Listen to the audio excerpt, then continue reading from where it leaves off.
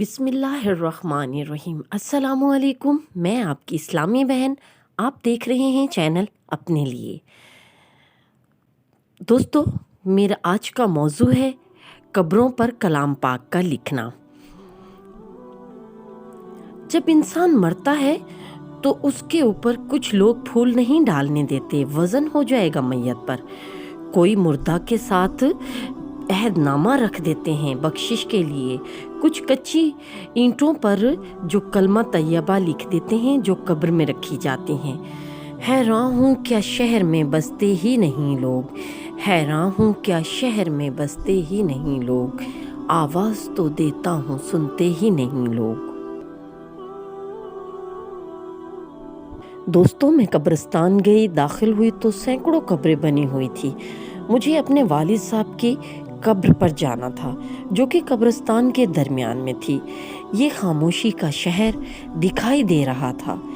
میں نے اپنی نظریں دوڑائی اور ہر قبر پر کتبہ نظر آیا جس پر مرنے والے کا نام، فوتیدگی کی ڈیٹ، تاریخ پیدائش اور ساتھ میں کتبے پر کلام پاک کی آیات لکھی ہوئی تھی۔ دوستو، مجھے بہت حیرت ہوئی اس کلام پاک کا لکھنے کا کیا مطلب ہے۔ پھر میں نے بزرگوں، علماء اکرام، مفتی صاحبان سے رجوع کیا، اس کے بارے میں پوچھا۔ احادیث اور قرآن پاک میں کہیں قبروں پر آیات لکھنے کا کہیں ذکر ہے یا اس سے کوئی کچھ فائدہ ہوتا ہے مرنے والے کو یا نہیں؟ تو جواب میں انہوں نے کہا نہیں، کوئی فائدہ نہیں ہوتا۔ جب ہے ہی اعمال کا چکر تو قبروں پر کلام پاک لکھنے سے کوئی فائدہ نہیں ہوتا۔ میں آپ کی توجہ ایک اہم بات کی طرف لے جا رہی ہوں۔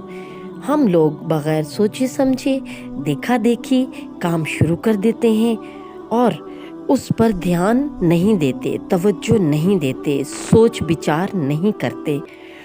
میں کتبے لکھنے والے کے پاس گئی اور اس سے پوچھا کہ آپ یہ کیوں لکھتے ہیں کلام پاک؟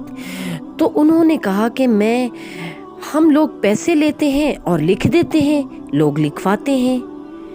کلمہ طیبہ پڑھ کر ہم مسلمان کہلاتے ہیں اور غیر مسلم پڑھ کر مسلمان ہو جاتے ہیں۔ یہ کلمہ پاک اسم اعظم کہلاتا ہے۔ اسم اعظم سے مراد اللہ تعالیٰ کا وہ صفاتی یا ذاتی نام جسے پڑھنے سے اللہ تعالیٰ سے خصوصی تعلق پیدا ہوتا ہے، معرفت کے دروازے کھلتے ہیں۔ اسم اعظم پڑھنے والے کو اللہ تعالیٰ ہر لحاظ سے مالا مال کر دیتا ہے۔ اسم اعظم کو ہم مٹی کے بنے ہوئے انسان کی تربت پر لکھتے ہیں۔ دوستو، جو مٹی کا بنا تھا اور مٹی میں مٹی ہو گیا، اس کی قبر پر اسم اعظم لکھنے کی ضرورت نہیں۔ قرآن کی آیات قبروں پر نہیں لکھنی چاہیے کیونکہ یہ لکھنے کے لیے نہیں ہے، یہ پڑھنے کے لیے ہے، عمل ہے، یہ رب تعالیٰ کا عمل ہے۔ قرآن ایک عمل کا نام ہے۔ جو میں نے بہت ساری قبریں دیکھی ہیں جن کے اوپر چاروں کل لکھے ہوئے ہیں، اور کل کا مطلب تو ہے ہی مغفرت، جو بندہ اللہ سے مانگتا ہے۔ دوستو، کلمہ طیبہ ایک درخت کی مانند ہے جس کی جڑیں بڑی مضبوط اور شاخیں آسمان تک پہنچی ہوئی ہیں۔ وہ دے رہا ہے اپنا پھل ہر وقت اپنے رب کے حکم سے۔ پاکیزہ عمدہ درخت کی یہ صفات ہوتی ہیں۔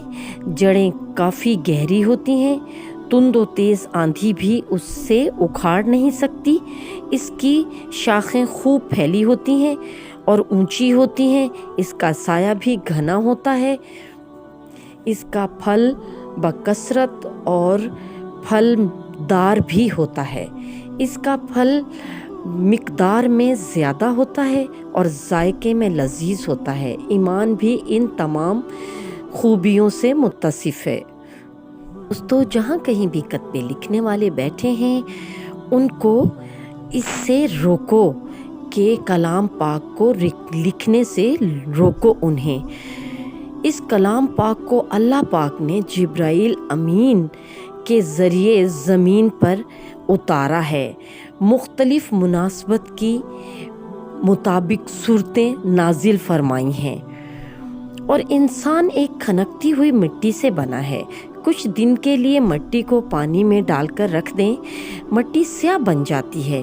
اس مٹی کے بنے ہوئے انسان کو کلمہ پڑھنے کو کہا جاتا ہے، نہ کہ قبروں پہ لکھنے کو کہا جاتا ہے۔ اس میں اعظم کو اپنی تربت پر سجائے گا انسان، جو کہ قبریں اونچی نیچی ہوتی رہتی ہیں۔ اس کلام پاک کی بے حرمتی ہوتی ہے۔ برگزیدہ کلام پاک قبروں پر نہیں لکھنی چاہیے۔ دوستوں، میں جانتی ہوں کہ میرے مسلمان بہن بھائی میری بات کو سنیں گے اور اس پر عمل کرنے کی فل کوشش کریں گے۔ میں ایک شاپ پر گئی، وہاں بجلی کے بورڈ پر کلمہ طیبہ لکھا ہوا تھا۔ مزدور چینی کی بوریوں اور چنے کی بوریوں کے اوپر چڑھے ہوئے تھے اور کلمہ طیبہ بورڈ پہ لکھا ہوا تھا۔ دوستو، آپ تو قرآن کی اہمیت کو بہت خوب جانتے ہیں، تھوڑا سا سوچ سمجھ کر کام کر لیں تو اچھا ہوتا ہے۔ جیسا کہ قبرستان سے سائیکل بھی گزرتے ہیں، موٹر سائیکل بھی گزرتے ہیں، گاڑیاں بھی گزرتی ہیں، اور بلی اور کتے وہاں بکثرت پائے جاتے ہیں، اللہ پاک کا کلام پاک قبروں پہ نیچے لکھا ہوتا ہے، اور ایسا کرنے سے ہمیں رک جانا چاہیے۔ جب ساری بات اعمال کی ہے تو کلام پاک کا لکھنے سے کیا ہوگا؟ اللہ ناراض ہو جائے گا، اس سے ہماری دعائیں قبول نہیں ہوتی ہیں۔ دانستہ اور غیر دانستہ ہم غلطیاں کرتے رہتے ہیں، جس کی وجہ سے ہمیں گناہ ہر وقت ملتا رہتا ہے۔ جیسے مزاروں پر کلمہ شریف لکھی ہوئی چادریں، کل شریف لکھی ہوئی چادریں چڑھاتے ہیں، بعد میں وہ چادریں پرانی ہو جاتی ہیں تو مشکل ہوتی ہے ان کو سنبھالنا۔ اسی طرح رمضان کے مہینے میں کیلنڈر بنوائے جاتے ہیں اور سحری افطاری کا لکھا ہوتا ہے، اس پر آیات لکھ دیتے ہیں۔ ایسا کیوں کرتے ہیں؟ اس کلام پاک کی جگہ دل و دماغ اور زبان پر ہونی چاہیے۔ دکانوں میں، ریڑھیوں پر، گھروں پر، چھوٹے کارڈوں پر، چھتوں پر، بینروں پر اور اخباروں میں، گاڑیوں میں ایسا لکھنے سے، مسجد کی دیواروں پر، مسجد کے اوپر کلام پاک لکھ دیتے ہیں، ایسا لکھنے سے ثواب تو نہیں ملتا، لیکن گناہ ڈھیر و ڈھیر کی تعداد میں ملتا ہے۔ مسلمان ہونے کے لیے آیتوں کو مختلف جگہوں پر سجانے کا سہارا نہ لو، بلکہ مسلمان ہونے کے لیے آپ کو آپ کی زبان، آپ کا لباس، آپ کی امانت، صداقت، ذمہ داری، یہ بہت ضروری ہے، اور اسی طرح ہم غلطیوں سے بچ سکتے ہیں اور غلطی کرنے سے رک سکتے ہیں۔ جانتی ہوں تمام مسلمان اس پر غور کریں گے اور اس پر عمل کریں گے، انشاءاللہ بہت جلد ہی اس عمل کو شروع کر دیں گے۔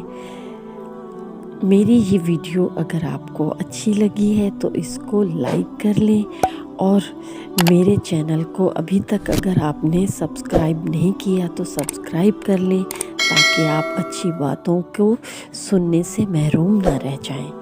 آئندہ ملتے ہیں کسی نئی ویڈیو کے ساتھ۔ پاکستان زندہ باد۔